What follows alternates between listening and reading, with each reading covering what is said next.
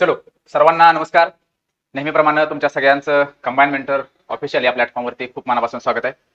योगायोगानं काल राज्यसेवेची परीक्षा पुढे गेली आणि आयोगाला दुसरी काही डेट मिळाली नाही आणि आयोगानं गट ब पूर्व परीक्षेच्या जागी म्हणजे 9 नोव्हेंबरला आपली राज्यसेवेची पूर्व परीक्षा घेतलेली आहे. म्हणजे गट ब पूर्व परीक्षा 100% पुढे गेलेली आहे. मग अशा सिच्युएशन मध्ये कोर गट ब ची तयारी करणाऱ्या मुलांना आता कळत नाहीये की आता काय करायला पाहिजे.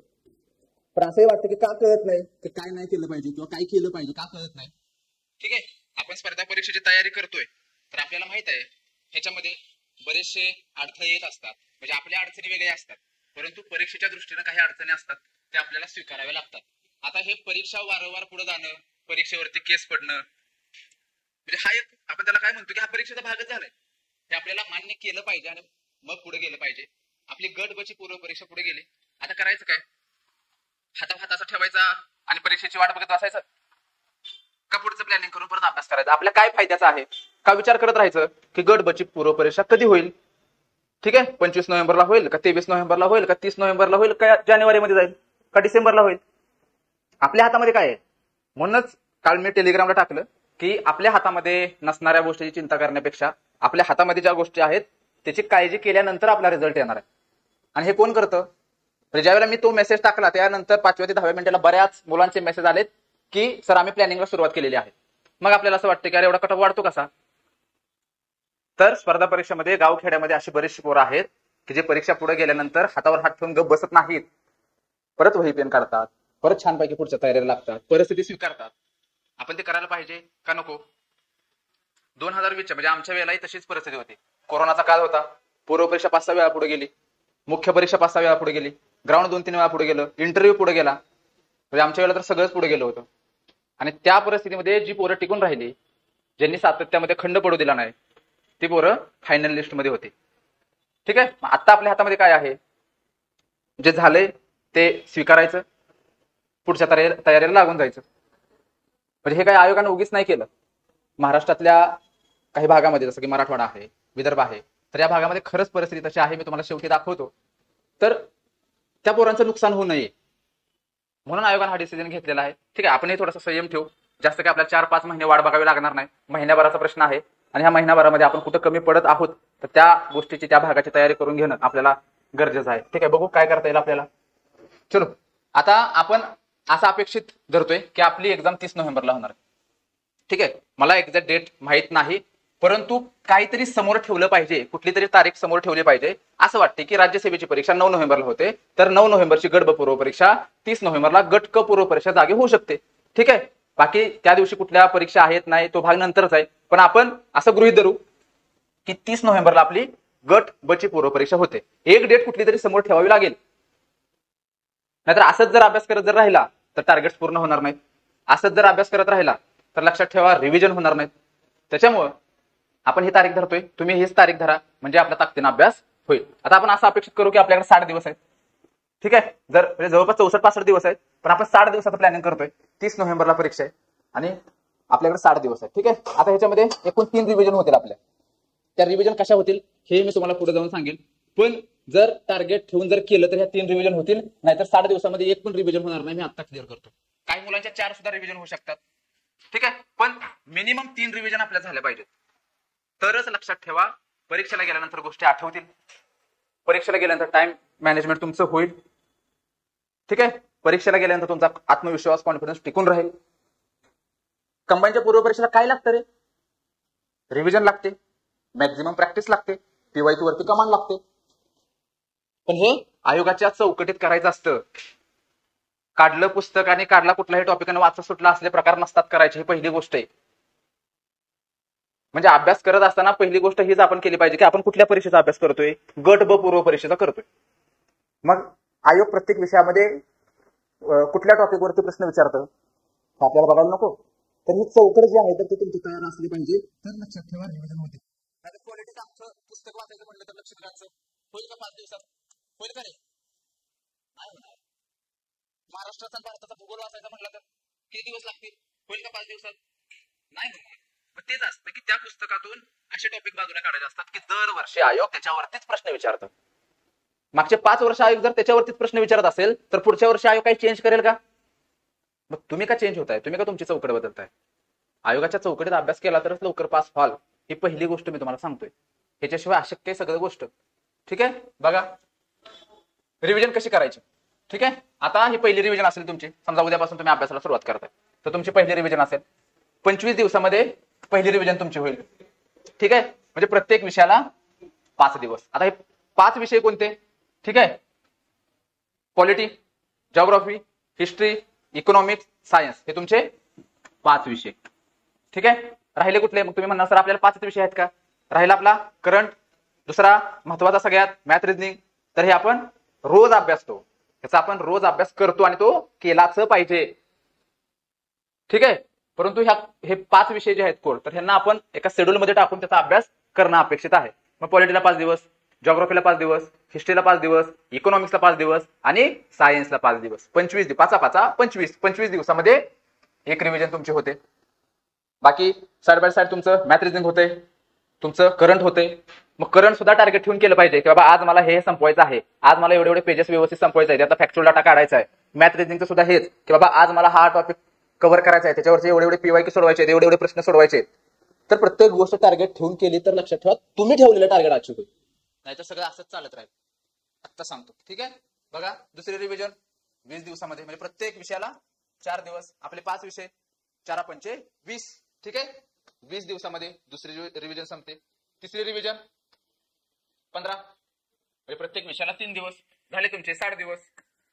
उत्तम अशा 3 रिव्हिजन सोबत आपण पीवायक्यू सोडवतोच, सोडवलेच पाहिजे. पीवायक्यू शिवाय गत्यंतर नाही. कितीही प्रयत्न केला पीवायक्यू न सोडवता म्हणजे पेपरला जाऊन पास व्हायचा अशक्य आहे. PYQ is the key, PYQ की आहे, पीवायक्यू मार्ग आहे परीक्षेला जायचा. आताची गट कची जी पूर्व परीक्षा झाली 21 सप्टेंबरची, किती प्रश्न आहेत रिपीट? किती प्रश्न आहेत पीवायक्यू मधून? पॉलिटीचे तर जवळपास 15 पैकी थेट 14 प्रश्न हे पीवायक्यू मधून आहेत. काय पाहिजे? जिओग्राफी 50% पीवायक्यू मधून आहे. हिस्ट्री काय भाग अवघड वाटला होता पीवायक्यू मधून आहे. इकॉनॉमिक्स पीवायक्यू मधून आहे. सायन्स पीवायक्यू मधून आहे.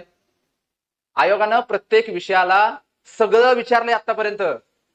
एवढ्या 10, 15, 20, 25 वर्षात आयोगानं सगळं विचारलंय आणि आयोगाला प्रत्येक वेळेला पेपर सेट करायचा आहे. मग नवीन कुठून आणेल बरं आयोग? आता समजा राज्यपाल हा टॉपिक आहे, आतापर्यंत राज्यपालवरती सगळं विचारून झाले आयोगाचं. नवीन काय आणलं आयोग? त्याच्यातूनच प्रश्न सेट करेल ना. शब्द मागे पुढे करायचा, प्रश्न तयार करायचा. दुसरं काय विचारणार आहे आयोग? मूलभूत हक्क टॉपिक आहे, सगळं विचारून झालंय. 200-250 प्रश्न आहेत. नवीन काय विचारेल? त्याच्यातूनच प्रश्न येणार आहेत. हे कधी कळणार आपल्याला? आपण फक्त वाचा, पानं पलटा वाचा, दिवसभर नुसतं वाचा, प्रश्न कोण सोडवायचं हे आपल्याला करावं लागणार आहे. पुढं तुम्हाला जसं सांगितलं ना, एक एक्झाम्पल म्हणून हे टॉपिक घेतलेले आहेत. समजा आपण 5 दिवसाचं टार्गेट ठेवतोय राज्यशास्त्र विषयाचं. या टॉपिकच्या बाहेर प्रश्न येणार नाही, नोट करून ठेवा. एवढेच टॉपिक आहे तुमच्या गट बच्या पूर्व परीक्षेला, ह्याच्या बाहेर प्रश्नच नाही येणार. ठीक आहे, बघा 5 दिवस दिले आपण. 1 दिवस 4 टॉपिक. 1 दिवस म्हणजे कसे? आपण जवळपास 7ला म्हणजे 7ला लायब्ररीमध्ये जातो, रात्री 10-11 वाजता लायब्ररीमधून आपण 10 पकडून चलो, 10 वाजता लायब्ररीमधून रूमला येतो. मग तुमचे हे 4 टॉपिक किती वेळात व्हायला पाहिजे? का दिवसभर बसायला पाहिजे या टॉपिकला? आणि पोरांचे 2 तासात सुद्धा होतात. म्हणजे सकाळी तुम्ही 7ला बसला, 12-1ला तुम्ही जेवायला गेला, तर जेवण करून येईपर्यंत म्हणजे जेवायला जाईपर्यंत तुमचे हे टॉपिक झाले पाहिजेत. ह्याच्यावरचे पीवायक्यू सोडवून झाले पाहिजेत. ठीक आहे, फॅक्च्युअल डाटा काढला नसेल तर तो काढून ठेवला पाहिजे. दुपारनंतर परत मॅथ रिझनिंग आणि करंट. परत संध्याकाळचा वेळ मिळतोच, मग त्याच्यामध्ये एखादा क्वेश्चन पेपर आपण सोडवला पाहिजे. हे करत चला, नाही दिवसभर हे 4 टॉपिक करत बसा. सरांनी सांगितलं 4 टॉपिक हे संपवायचे, मग दिवसभर हेच करा. ज्यांच्या स्वतःच्या नोट्स आहेत त्यांचे तास 1.5 तासात 2 तासात हे टॉपिक वाचून होतील. पीवायक्यू एखादा तासभर, 1 तास 1.5 तास 2 तास, म्हणजे 4 तासामध्ये होऊन जाते पीवायक्यू सकट. ठीक आहे, दुसऱ्या दिवशी परत हे 2, परत हे 2, तिसऱ्या दिवशी परत हे 4 टॉपिक, चौथ्या दिवशी परत हे 4 टॉपिक, आणि 5व्या दिवशी हे 2 आणि ग्राम प्रशासन. झालं पॉलिटी, संपली पॉलिटीची रिव्हिजन, संपली पीवायक्यू. 4 दिवस असतील तर अजून एखादा टॉपिक वाढवायचा पहिल्या दिवसांमध्ये. 3 दिवस असतील तर अजून एखादा टॉपिक वाढवायचा पहिल्या दिवसाच्या रिव्हिजन मध्ये. काय अडचण आहे? तर या पद्धतीनं जर गेला, या पद्धतीनं जर तुम्ही गोष्टी खेचल्या तर लक्षात ठेवा चांगल्या रिव्हिजन होणार आहेत. नाहीतर 50 दिवसात, 60 दिवसात, 40 दिवसात एक रिव्हिजन करून काहीच होणार नाही. पेपरला गेल्यावर आठवायला तरी पाहिजे. म्हणजे आपल्याकडे आज 60 दिवस आहेत आणि पहिल्या दिवशी तुम्ही घटनेची निर्मिती हा टॉपिक वाचताय, घटनेची निर्मिती. ठीक आहे, परत तुम्ही वाचतच नाही 60 दिवस, आणि पेपरला जाता डायरेक्ट. गोष्टी आठवतील का रे? आठवतील का? अरे किमान 2-3 वेळा तुम्ही रिव्हिजन केली पाहिजे, पीवाय सोडवले पाहिजे, तर गोष्टी आठवतील. विचार करायला वेळ नसतो. कंबाईनच्या पूर्व परीक्षेला 60 मिनिटांमध्ये 100 प्रश्न सोडवायचे आहेत, म्हणजे एका प्रश्नाला जवळपास 35 ते 36 सेकंद असतात. कसा विचार करायचा रे? तिकडे 20 प्रश्न आहेत पुढे जाऊन मॅथ रिजनिंगचे, तिथं करायचं बंद होतं आपल्याला. ठीक आहे.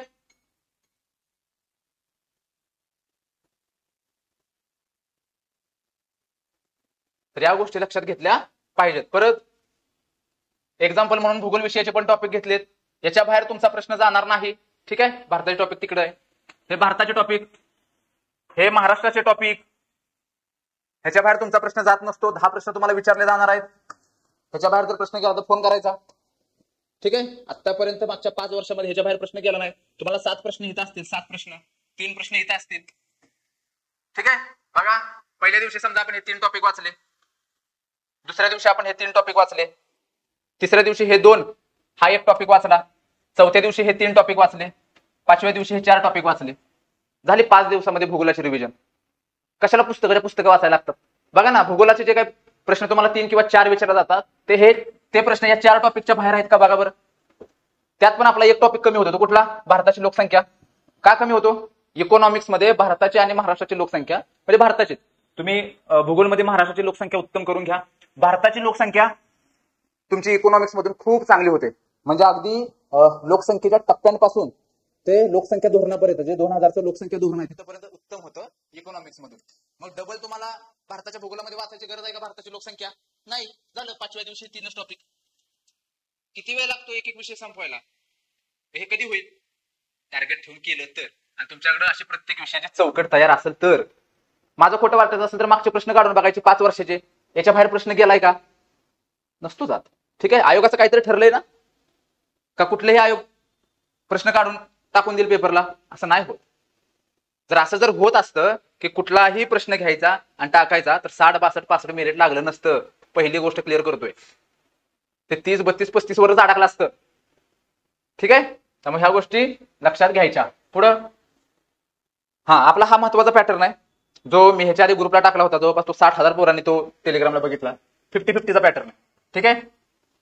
काय 50-50चा पॅटर्न? बघा, खूप चांगले मार्क देणारे विषय. ओके, बघून घ्या. पॉलिटी 15 प्रश्न, इकॉनॉमिक्स 15 प्रश्न, परत जिओग्राफी 10 प्रश्न, हिस्ट्री 10 प्रश्न. किती झाले रे? 50 प्रश्न झाले का? हक्काचे विषय आहेत ना हे. चांगला अभ्यास केला की मार्क येतात की नाही? का नाही येत? मग या 50 पैकी आपल्याला किमान 40 ते 42 मार्क घ्यायचे. कमीत कमी सांगतोय 100% येतात. पॉलिटिकला तुम्हाला आउट ऑफ घ्यायचंय, इकॉनॉमिक्सला तुम्ही 11, 12, 13 मार्क घेऊ शकता, जिओग्राफीला तुम्हाला आउट ऑफ घेण्याचा प्रयत्न करायचा आहे. ठीक आहे. हिस्ट्रीला तुम्ही 8-9 मार्क घेऊ शकता. पॉलिटिकला आउट ऑफ घेण्याचाच प्रयत्न करा. जिओग्राफीला कमीत कमी 9 मार्क यायला पाहिजे. कमीत कमी एखादा गेला तर चालेल, थोडंसं डीप मध्ये असेल तर. हिस्ट्रीला 8-9 मार्क येतात, 8 तरी मार्क आले पाहिजेत. इकॉनॉमिक्सला 11-12 मार्क आले पाहिजेत. अरे हक्काचा भाग आहे हा, आणि असंच टार्गेट ठेवायला लागतं. तेव्हा लक्षात ठेवा, जे आपण मार्क धरलेले असतात डोक्यात की मला एवढे मार्क पडले पाहिजे, तर ते येतात. दुसरा भाग आहे आपल्याला मध्यम मार्क देणारे विषय. मॅक्झिमम मुलांना हा भाग थोडासा अवघड जातो. या विषयाच्या तुलनेत या विषयांमध्ये मार्क कमी येतात. ठीक आहे. बघा, चालू घडामोडी 15 प्रश्न, सायन्स 15 प्रश्न, मॅथ रिजनिंग 20 प्रश्न, 50 प्रश्न आहेत. 50 प्रश्नांपैकी किमान, म्हणजे 50 प्रश्नांपैकी 50 मार्क आपण पकडून चालू. 50 मार्कांपैकी किमान 25 मार्क आपल्याला आले पाहिजे. किमान 25, म्हणजे इकडचे 42, इकडचे 25, किती झाले रे? जवळपास 67 मार्क आपले झाले. करतो आपण कट ऑफ क्रॉस. ठीक आहे. इकडे 25 मध्ये अजून आपण 2-3 मार्क वाढवू शकतो की नाही? मी सगळ्यात कमीत कमी मार्क धरलेत, निम्मे मार्क डायरेक्ट निम्मे. ठीक आहे. करंटला 11-12 मार्क येऊ शकतात. मॅथ रिजनिंगला तुम्ही 13-14 पर्यंत खेचू शकता. ठीक आहे. आणि इकडं चालू घडामोडीला तुम्ही 8-9 पर्यंत जाऊ शकता. किती झाले? जवळपास 30 पर्यंत येतात मार्क. तुम्ही 70 पर्यंत जाऊ शकता आरामामध्ये. ठीक आहे. तर हा पॅटर्न फार महत्वाचा आहे. म्हणजे सगळं चांगलं करण्याच्या नादात आपले सोप्या विषयातले बरेचसे प्रश्न चुकतात. मला म्हणजे काय होतं की मला सायन्स अवघड जाते, मला मॅथ रिजनिंग अवघड जाते. मग दिवसभर तेच करत बसायचं आणि ह्या सोप्या विषयांकडे दुर्लक्ष करायचं. मग पेपरला गेल्यावर काय होतं? इथंच कन्फ्युज होतं. इथं चांगले मार्क येतात आणि इथंच मार्क गेलेले असतात. मग अशा वेळेला काय करायचं? इथं तुमचा चांगला भर असला पाहिजे, मॅक्झिमम हा भाग तुमचा चांगलाच असला पाहिजे आणि या भागामध्ये आपल्याला कसे जास्तीत जास्त मार्क येतील, कसं आपण अबावरेज जाऊ यासाठी प्रयत्न करा. तुम्हाला इथं चालू घडामोडीला 2 आणि 3 येऊन चालतील का? तुम्हाला इथं सायन्सला 3 आणि 4 येऊन चालतील का? तुम्हाला मॅथ रिजनिंगला इथं 5 आणि 6 येऊन चालतील का? अरे किमान अवरेज मार्क घेता आले पाहिजे. सायन्स आहे पण किमान 8-9 मार्क घेता आले पाहिजे. पीवायक्यू वरती कमांड असली पाहिजे. ठीक आहे. प्रश्न सोडवून सोडवून ती उत्तराची एक सहजता येत असते. बरेच असं होतं आपण एवढे प्रॅक्टिस करतो पीवायक्यूची आणि सायन्सचा एखादा प्रश्न असेल तो आपण वाचला की आपल्याला अंदाज येतो कारण हे उत्तर असणार आहे आणि 100% तेच उत्तर असतं. ती एक सहजता असते. प्रॅक्टिस करून करून ती येते. ठीक आहे. मॅथ रिजनिंगला सुद्धा पोरं म्हणतात मॅथ रिजनिंगला 5-6च्या वर मार्क जात नाही. जातील कसे? जातील कसं? आपण कधी वेळ देतो का त्या विषयाला? नाही देत. या विषयात मार्क येत नाहीत मॅथ रिजनिंगला म्हणून आपण त्याच्यावर दुर्लक्ष करतो.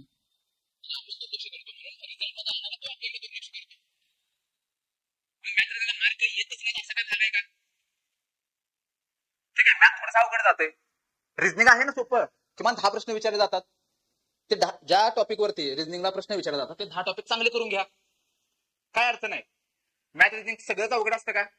किमान 4-5 टॉपिक सोपे आहेत मॅथ रिजनिंग मधले, ते एकदम परफेक्ट करून घ्या. दरवर्षी त्याच्यावरती प्रश्न असतो. असे किमान 13-14 कमीत कमी 13-14 प्रश्न तुमचे बरोबर आलेच पाहिजे ते मॅथ रिजनिंगचे. कमीत कमी सांगतोय 17, 18, 19 मार्क घेणारे पोरं आहेत. आणि मॅथ रिजनिंगला सिलेक्शन मेथड वापरा. समजा 81 पासून तुमचं मॅथ रिजनिंग सुरू होते तर 81 पासून सुरुवात करू नका. आयोग काय तुम्हाला पास करायला बसले का? आयोगाने असे प्रश्न सेट केलेले असतात. मग आपण पहिल्या 30 सेकंदामध्ये सिलेक्शन केले पाहिजे क्वेश्चन की बाबा कुठले क्वेश्चन हे आपल्याला येऊ शकतात, कुठल्या क्वेश्चनची आपण प्रॅक्टिस केलेली आहे. तेव्हा लक्षात ठेवा मॅथ रिजनिंगला चांगले मार्क येतील. 2 फेब्रुवारीची गट ब ची पूर्व परीक्षा झाली तर त्यावेळेला कशी परिस्थिती झालेली? ज्या पोरांनी सुरुवातीपासून सोडवायला सुरुवात केली मॅथ रिजनिंग त्यांना वेळ पुरला नाही आणि शेवटचे 6-7 प्रश्न सोपे होते. जे त्यांना इथं आल्यानंतर कळालं की अरे एवढे कशा प्रश्न सोपे होते, तर ते शेवटी होते. मग तिथं जर सिलेक्शन मेथड वापरली असती तर शेवटचे 6 मार्क पडले असते आपल्याला, सोपे होते कारण प्रश्न. तर अशी पद्धत एक आहे. त्याच्यामुळे सिलेक्शन मेथड वापरा, मार्क मिळवा मॅथ रिजनिंगला. तर या पद्धतीने गेला तर मार्क येतील. चालू घडामोडी फक्त वाचायचं काम करतो आपण. जसं आपण पॉलिटी वाचतो आणि पॉलिटीचे मरणाचे पीवायक्यू आपण सोडवतो. येतात का नाही 15 पैकी 12, 13, 14 मार्क येतात का नाही? चालू घडामोडीचा प्रश्न सोडवतो का आपण? प्रॅक्टिस करतो का? चालू घडामोडीचा कॉन्फिडन्स येत नाही सर. मग तो कसा येईल? कॉन्फिडन्स हा प्रश्नात येत असतो. प्रश्न सुटायला लागले की कॉन्फिडन्स येतो. आणि आपण प्रश्न सोडवतच नसेल तर प्रश्न सोडवले पाहिजेत. पॉलिटी, जिओग्राफी, हिस्ट्री, इकॉनॉमीच्या नोट्स तयार असतात आपल्याकडे. चालू घडामोडीच्या नोट्स तयार असतात का? एकच पुस्तक वापरायचं ना आपल्याला, 100 पुस्तक वापरायचे. इयरबुक वापरत असाल तर इयरबुक, परिक्रमा वापरत असाल तर परिक्रमा, कुणाच्या नोट्स वापरत असाल तर कुणाच्या तरी नोट्स. एकच सोर्स ठेवायचा ना आपल्याला. मॅक्झिमम पोरं एकच सोर्स ठेवतात आणि त्याच्यावरती वारंवार रिव्हिजन करायचं आहे. त्याचा फॅक्च्युअल डाटा बाजूला काढायचा आहे. प्रश्न सोडवायचे आहेत. का नाही मार्क येणार चालू घडामोडीला? आपण ही बाजू कधी आपली चांगली करतच नाही. सगळेजण नुसतं चालू घडामोडी वाचतात रोज, म्हणून आपण पण वाचायचं. नुसतं वाचून मार्क येतात का? पेपरमध्ये जाऊन जे करायचं आहे, काय करायचं आहे? प्रश्न सोडवायचे आहेत ना. मग त्याची प्रॅक्टिस इथं करायला नको का? चालू घडामोडीच्या बाजूने आपण ते करतो का? तर हे एक गोष्ट आहे. ठीक आहे. तर हा 50-50चा पॅटर्न लक्षात ठेवा. नक्की तुम्हाला 65+ मार्क यायला काहीच अडचण येणार. 4 विषय हे उत्तम करा, चांगले करा आणि या विषयामध्ये कसे जास्तीत जास्त मार्क येतील याचा प्रयत्न करा. जिथं कमी पडताय ना तिथं अजून भर द्या. ठीक आहे. बघा पुढं काय होतं 50-50चा पॅटर्न. चलो आता काय नाही करायचं, ह्या येणाऱ्या दिवसामध्ये काय नाही करायचं. एक, परीक्षा कधी होईल याचा विचार करत बसू नका. रोज लायब्ररीमध्ये जायचं. तुम्हाला माहित झालं आता गट ब ची पूर्व परीक्षा पुढे जाणार आहे. ठीक आहे. आयोग पुढच्या आठवड्यामध्ये डेट टाकेल. मग तोपर्यंत काय करायचं? नुसतं लायब्ररीमध्ये बसायचं, रील्स स्क्रोल करायच्या, असं करायचं का फक्त पानं पलटायची? 9 नोव्हेंबरला पेपर आहे. याच दृष्टिकोनातून अभ्यास करा. पहिली गोष्ट तर लक्षात ठेवा मुख्य परीक्षेला जाणार. मुख्य परीक्षेला जर जायचं असेल तर तुम्ही आतापर्यंत अभ्यासाला लागलेले असला पाहिजे. एक एक दिवस फार महत्वाचा आहे. जे कुठेतरी कमी पडले होते मुलं, ज्यांना आत्मविश्वास नव्हता की आपण गट ब ची पूर्व परीक्षा पास होऊ, त्यांना जास्त वेळ मिळाला, ते आता परत स्पर्धेत येणार. आणि नेहमी असं झालंय की ज्या वेळेला जास्त वेळ मिळाला मुलांना त्यावेळेला कटऑफ वाढलेला आहे. का वेळ जास्त मिळाल्यावर कटऑफ कमी होईल? नक्कीच कटऑफ वाढणार. कारण मुलांना वेळ मिळतोय, मुलांच्या मॅक्झिमम रिव्हिजन होतील, मॅक्झिमम टेस्ट पेपर सोडून होतील, जिथं मुलं कमी पडत होती तिथं ते भर देतील, तो भाग चांगला करून घेतील. मग आपण असंच बसायचं का? ते बऱ्याच गोष्टी चांगल्या करण्यात गुंतलेले आहेत ना, तुम्ही लायब्ररीमध्ये बसून फक्त पानं पलटा असं करून चालेल? अजिबात चालणार नाही. ठीक आहे, परीक्षा पुढे गेली म्हणून निवांत राहू नका. काही मुलं घरदार सोडून पुणे, छत्रपती संभाजीनगर या भागामध्ये अभ्यास करत असतात, कोल्हापूर आहे, नाशिक आहे, ठीक आहे, परत इस्लामपूरमध्ये पण बरेचशी मुलं अभ्यास करतायत. मग निवांत राहून चालेल का? आता परीक्षा पुढे गेली, आता निवांत झोपतो 2-4 दिवस करून चालेल? तुला फरकच नाही पडला पाहिजे परीक्षा पुढे गेली काय आणि परीक्षा लवकर घेतली काय. परीक्षा होणार आहे हे निश्चित आहे, हे अंतिम सत्य आहे. आज होईल किंवा 2-4 दिवसांनी उशिरा होईल. मग आपण कमी का पडायचं? 9 नोव्हेंबरला परीक्षा आहे, याच इंटेन्शन जर अभ्यास केला तर पास व्हायला आता क्लिअर आहे. ठीक आहे, त्याच्यामुळे निवांत राहू नका. मित्रांसोबत चहा प्यायला जायचं 2-2 तास 3-3 तास त्याच्यावरतीच गप्पा मारत बसायच्या. अरे परीक्षा पुढे नाही जायला पाहिजे होती, कंबाईनच्या मुलांवरती अन्याय झाला, हे दरवेळेला आयोग असंच करतं, हे दरवेळेला तसंच करतं. आपल्या हातामध्ये आहे ते चर्चा करून परीक्षा वेळेत होईल का, लवकर होईल का? ठीक आहे, परीक्षा गेली पुढं ऍक्सेप्ट करा मोठ्या मनानं, पुढचा प्लॅन करून तयारीला लागा. हेच तुमच्या भल्याचं आहे. यामुळेच तुमचा फायदा होऊ शकतो, फक्त यामुळे. गेली परीक्षा पुढं, वही पेन काढा. पुढच्या 2 महिन्यामध्ये आपल्याला किती रिव्हिजन करायचे आहेत, किती टेस्ट पेपर सोडवायचे आहे, कुठल्या दिवशी काय काय वाचायचं आहे, प्रत्येक विषय आपला कधी संपणार आहे, तयारी चालू करून द्या. ठीक आहे, वेळ वाया घालवू नका, ही सगळ्यात महत्वाची गोष्ट. ठीक आहे, या दोन्हीमध्ये पण तेच आहे, इथं पण तेच आहे. वेळ वाया घालवू नका, गप्पा मारत बसू नका, निवांत राहू नका. काल परीक्षा पुढे गेली ना, तर त्याच्या आधी जसा तुमचा अभ्यास सुरू होता तसाच तुमचा अभ्यास आजपासून सुरू झालेला असला पाहिजे. ठीक आहे, पुढं आजूबाजूला जे काही नकारात्मक वातावरण आहे तर त्यात फसू नका आणि आई बापाला फसवू नका. ठीक आहे, आता मराठवाड्यातल्या बऱ्याचशा भागामध्ये महापूर आलाय, शेतातनी पाणी शिरले, घरात पाणी गेले. मग मला सांगा, ठीक आहे, शेतकरी राजा रडतोय, त्याला वाईट वाटतंय, त्याचं होतं नव्हतं तेवढं सगळं वाहून गेलेलं आहे. मग तो काय, हा पूर कमी झाल्यानंतर तो काय शांत बसेल का? तो नाही शांत बसणार. तो काय करेल, पुरामुळे शेतामध्ये जे काही नुकसान झाले ते नुकसान सगळं व्यवस्थित करण्याचा प्रयत्न करेल. जो काही कचरा शेतामध्ये साठलेला असेल त्या पाण्यामुळे आलेला तो व्यवस्थित करेल. बांध फुटलेले असतील तर बांध नीट करायला सुरू करेल ना. का म्हणेल आता मला शेतीच करायचं नाही बास, म्हणेल का शेतकरी असा?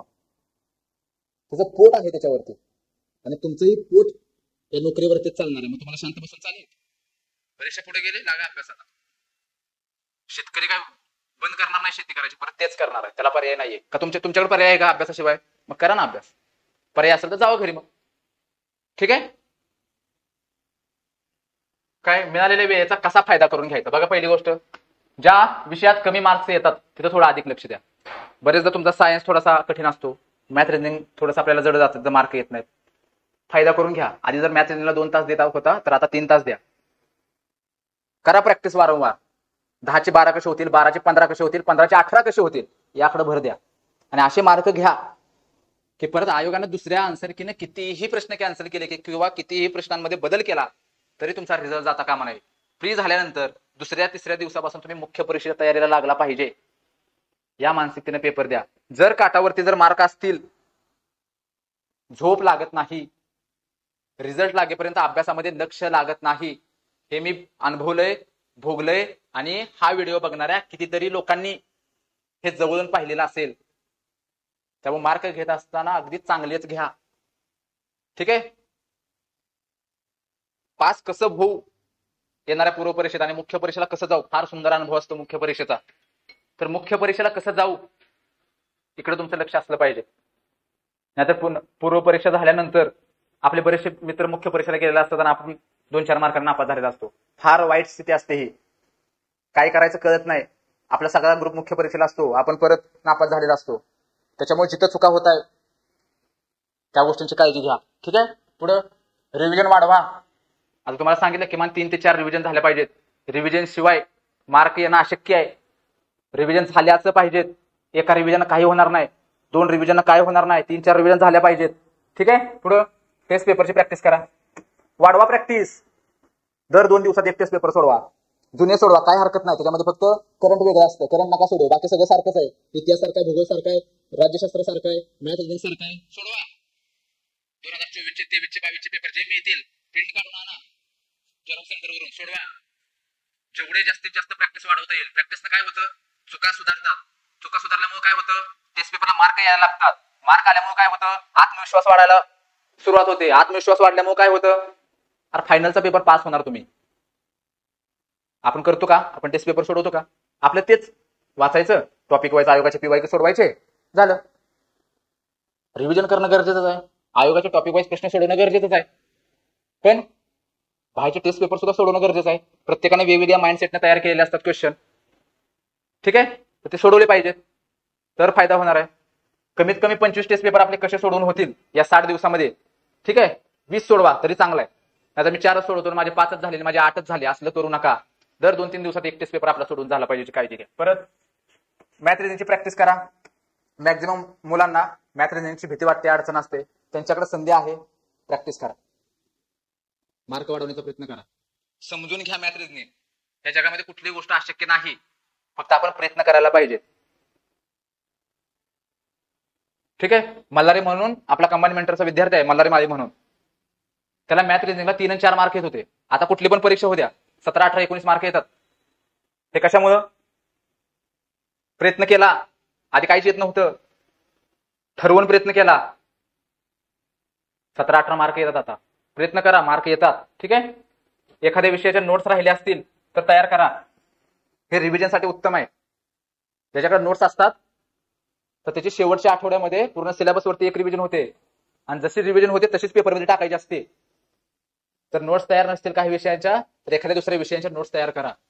पॉलिटी, जिओग्राफी, हिस्ट्री, इकॉनॉमिक्स करून ठेवा, ठीक आहे. चालू घडामोडीचा फॅक्च्युअल डाटा तयार करा. शेवटच्या एका दिवसामध्ये चालू घडामोडीचा आत्मविश्वास वाढेल. जर तुमच्याकडे 20-25 पानाच्या नोट्स तयार असतील चालू घडामोडीच्या, फायदा होणार, 1,00,000% फायदा होणार, ठीक आहे. त्याच्यामुळे नोट्स काढा. एखाद्या विषयाला तुम्ही अधिक महत्व देता, त्याची प्रॅक्टिस करता, त्याच्यावरती मेहनत घेता, त्याच्यावरती काम करता, तर तो विषय तुम्हाला नाराज करत नाही. ही पहिली गोष्ट क्लिअर करतो, ठीक आहे. पीवाय वर कमांड मिळवा. सगळ्यात शेवटला हा पॉईंट टाकलाय, पण ह्याच्याशिवाय परीक्षा पास होणं कधीच शक्य नाही. बघता ना तुम्ही, सातत्याने टाकत असतो पीवायक्यू, ठीक आहे, आलेले पीवायक्यू आणि रिसेंटचे प्रश्न, त्याच्याशिवाय काहीच नाही. लक्षात ठेवा, एवढी तुफान कमांड पाहिजे. आयोग प्रश्न तयार करून करून कुठले करणार आहे नवीन, पीवायक्यू शिवाय आयोगाला सुद्धा पर्याय नाही, ठीक आहे.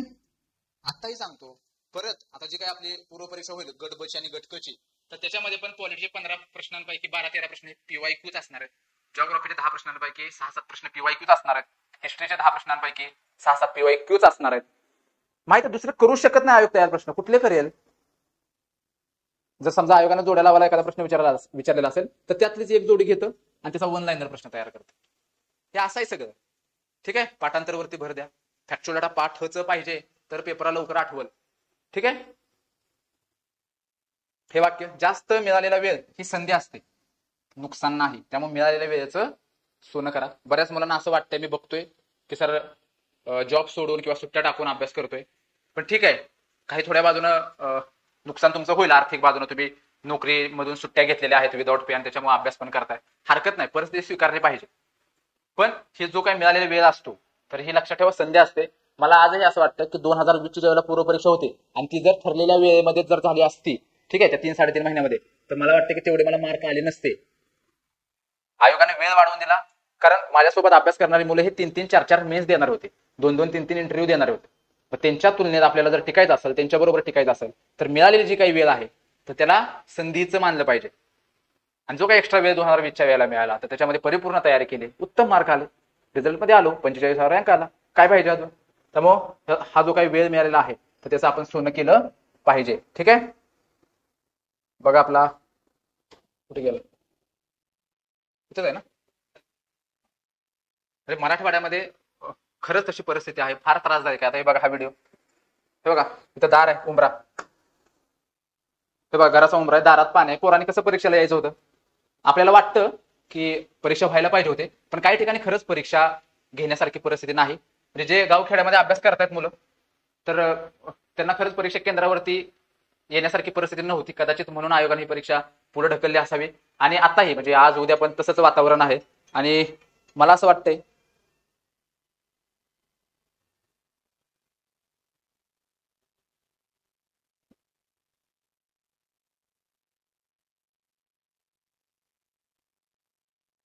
ठीक आहे,